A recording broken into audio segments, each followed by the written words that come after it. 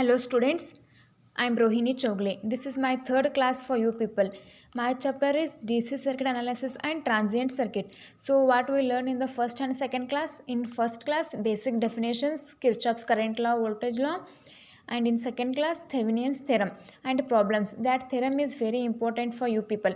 Okay, some of you telling that video is not clear. Okay, so that's why I upload another video based on Thevenin's theorem at last of this chapter. Don't worry, I will give another video.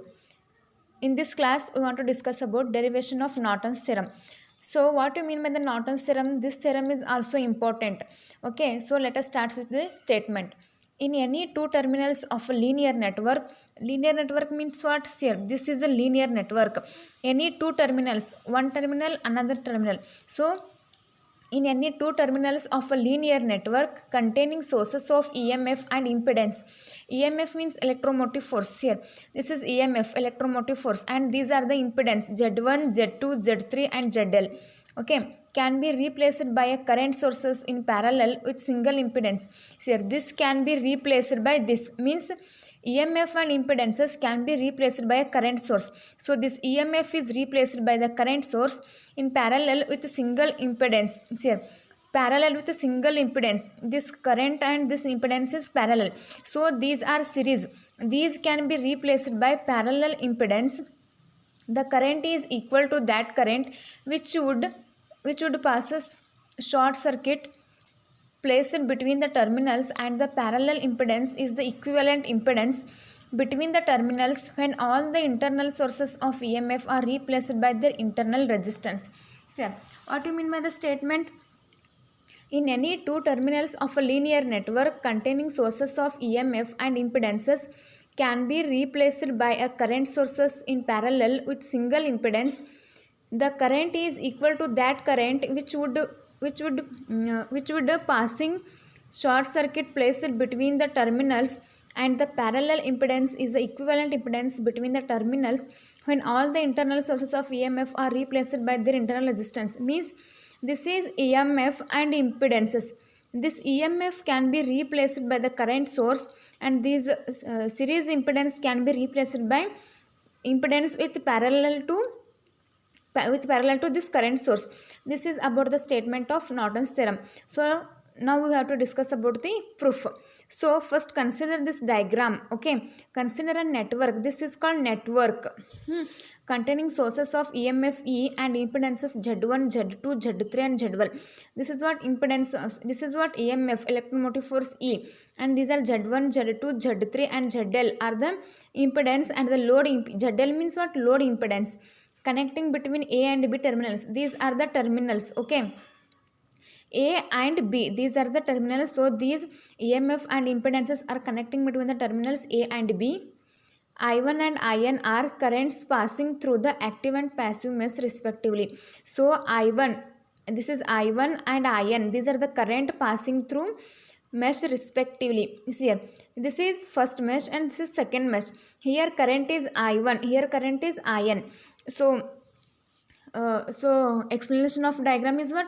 Consider this is EMF, Z1, Z2, Z3, ZL are the impedances. ZL is a load impedance, and I1 and IN are the current passing through active and passive mesh respectively. Okay, so this is what this for this circuit is. This EMF E replaced by IN current, and this Z replaced by ZTH, and ZL is as it is. See here, IN is what? ETH by ZTH. ETH is E Thevenins with impedance Z Thevenins, and also Zn is ZTH. Remember, this ZTH is what? Zn. So consider this is figure 1, this is figure 2, this is first mesh, second mesh. Here also first mesh and second mesh. Remember this IN is what? ETH divided by ZTH, and Zn equal to ZTH. This is what? Figure 2. Now from the Norton's equivalent circuit figure 2, this is what? Figure 2, Norton's equivalent circuit figure 2, the current IL equal to VL by ZL. The current I equal to what? Sir, the current IL, this is equals to VL by ZL, this VL by ZL. here I equal to V by Z, we know the standard formula. So current I equal to this voltage, load voltage across the terminals A and B. So this IL equals to VL by ZL. Consider this as expression number 1. Expression 1. Next, voltage across the load ZL is, voltage across the load ZL, this ZL, voltage across the load ZL is VL equals to IN into effective impedance. So I equal to V by Z. Next V equal to I into impedance. So VL equal to IN into effective impedance. VL, that is IN is as it is. Effective impedance here.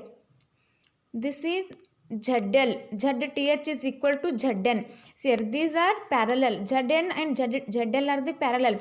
So when the resistance or the impedance are parallel, that means ZN ZL divided by ZN plus ZL.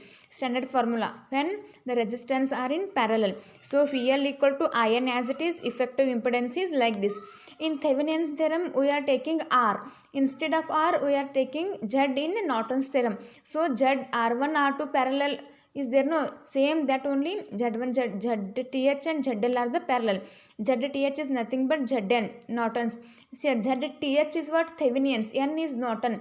So ZTH is nothing but Z Norton, impedance Norton's. From equation 1 and 2, so this is equation 2, this is equation 1. From equation 1 and 2, IL equals to VL by ZL. We know that IL equal to VL by ZL. So IL, that is VL is what? VL is this much. IN ZN ZL, ZN plus ZL. So IN ZN ZL divided by ZN plus ZL. 1 by ZL is as it is, so right here. Next IL equals to this one. Okay. Next this ZL and this ZL get cancelled. Next IN ZN divided by ZN plus ZL. Consider this as expression number 3. Now to find the magnitude of the current, now we have to calculate IN current, means Norton's current. The value of IN is found by short circuit. The output terminals as shown in figure 3, that is ZL equal to 0.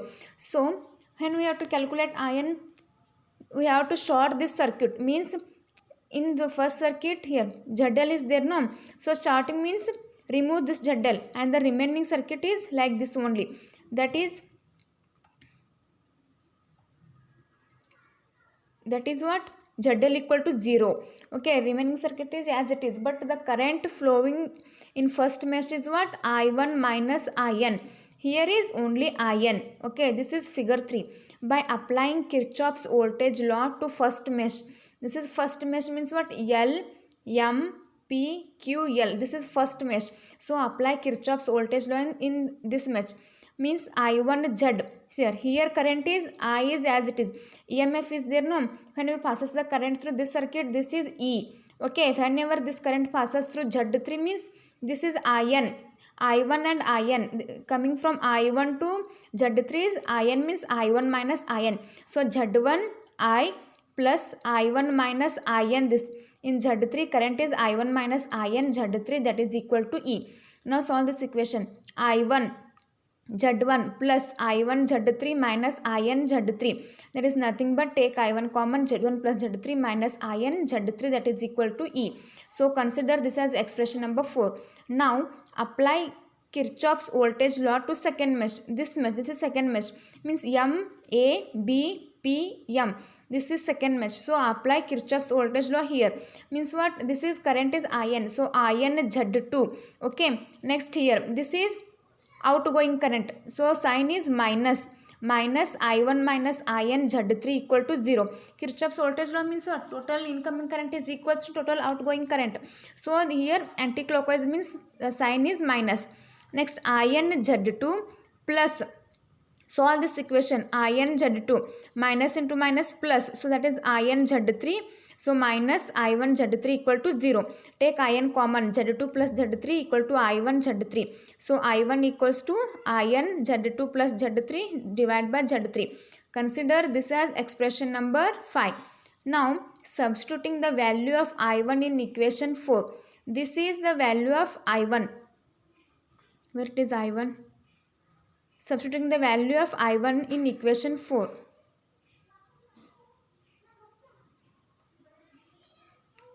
in equation where it is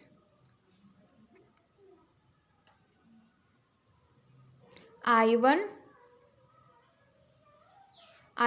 sorry, this is here only, no, I1 minus In Z3, so In Z2 plus In Z3 minus I1 Z3, so I1 is nothing but, sir, In Z2 plus Z3 divided by Z3, consider this as expression 5, so substitute this I1 in this expression, that becomes what, In is there, no, so I1 Z1 plus Z3, okay, minus In Z3 equals to E. This is what, equation number 4. So write as it is. Now I1 is what, In Z2 plus Z3 divided by Z3. So In Z2 plus Z3 divided by Z3. So this Z1 plus Z3 as it is, minus In this Z3, that is equals to E. Next In Z2 plus Z3, Z1 plus Z3, Z3 and Z3, that becomes Z3 square equals to E into Z3. This Z3 becomes here.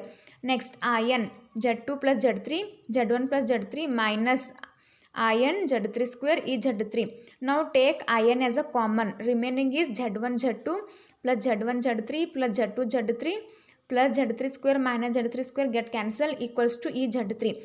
Now we want In means Norton's current. That's why In is nothing but E Z3. E means EMF, electromotive force, voltage, that is E Z3 divided by this term as it is, Z1 Z2 plus Z1 Z3 Z2 Z3. Consider this as equation number 6. Okay. Now to find the value of Zn means what? Norton's impedance. The parallel impedance Zn is found from the output terminals when all sources of impedance of EMF are replaced by internal resistance. Replaced by the internal resistance.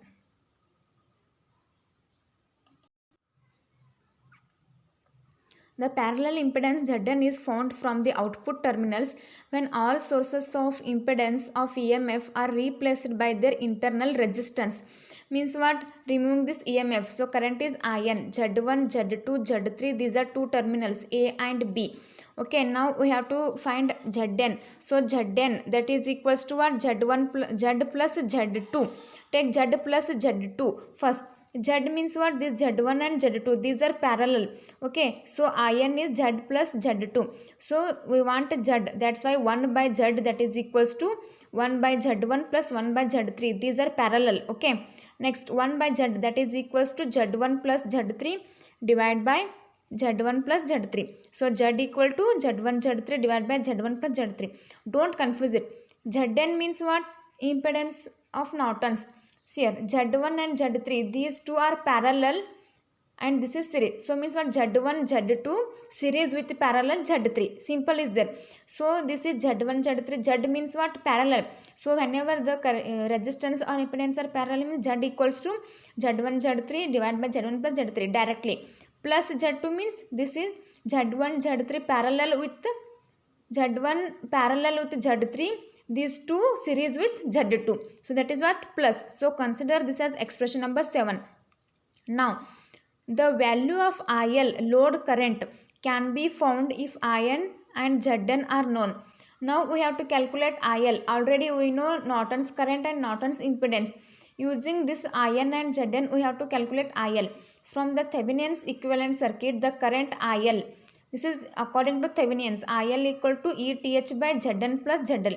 From the Norton's equivalent circuit, the current IL equals to In Zn divided by Zn plus ZL. This is according to Norton's equivalent circuit. So from equivalent circuit, In, that is equals to what? ETH by ZTH. See here.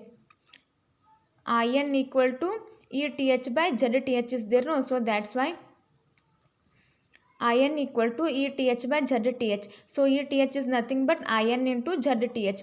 ZTH is Z Thevenin's is Z Norton's in this circuit. So substituting ETH in equation 9. So this ETH in equation 9. So IL equals to In.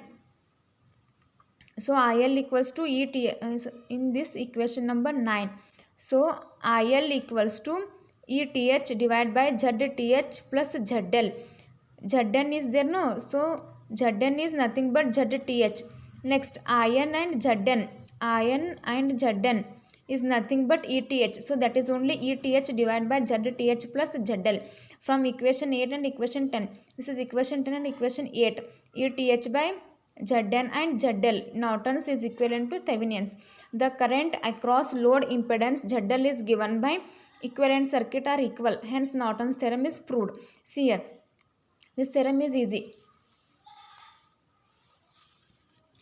Consider EMF E and these are the impedances.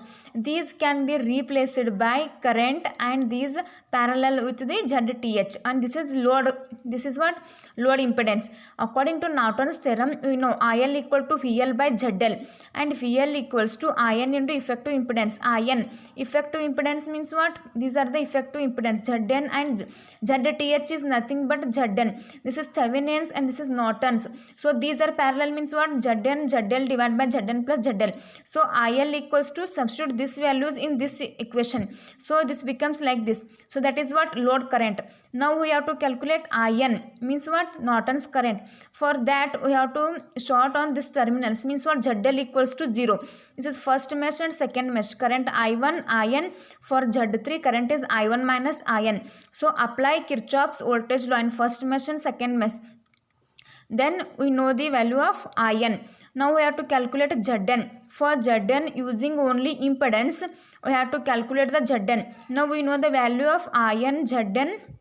Using those value, we have to find the IL. That is only the load current, only Norton's theorem. So this is about the Norton's theorem. Now problem. Let us take the problems. First problem is what? Using Norton's theorem, find the current in 10 ohm resistor in the network shown in figure. See, this is the diagram for Norton's theorem. See, same here, no?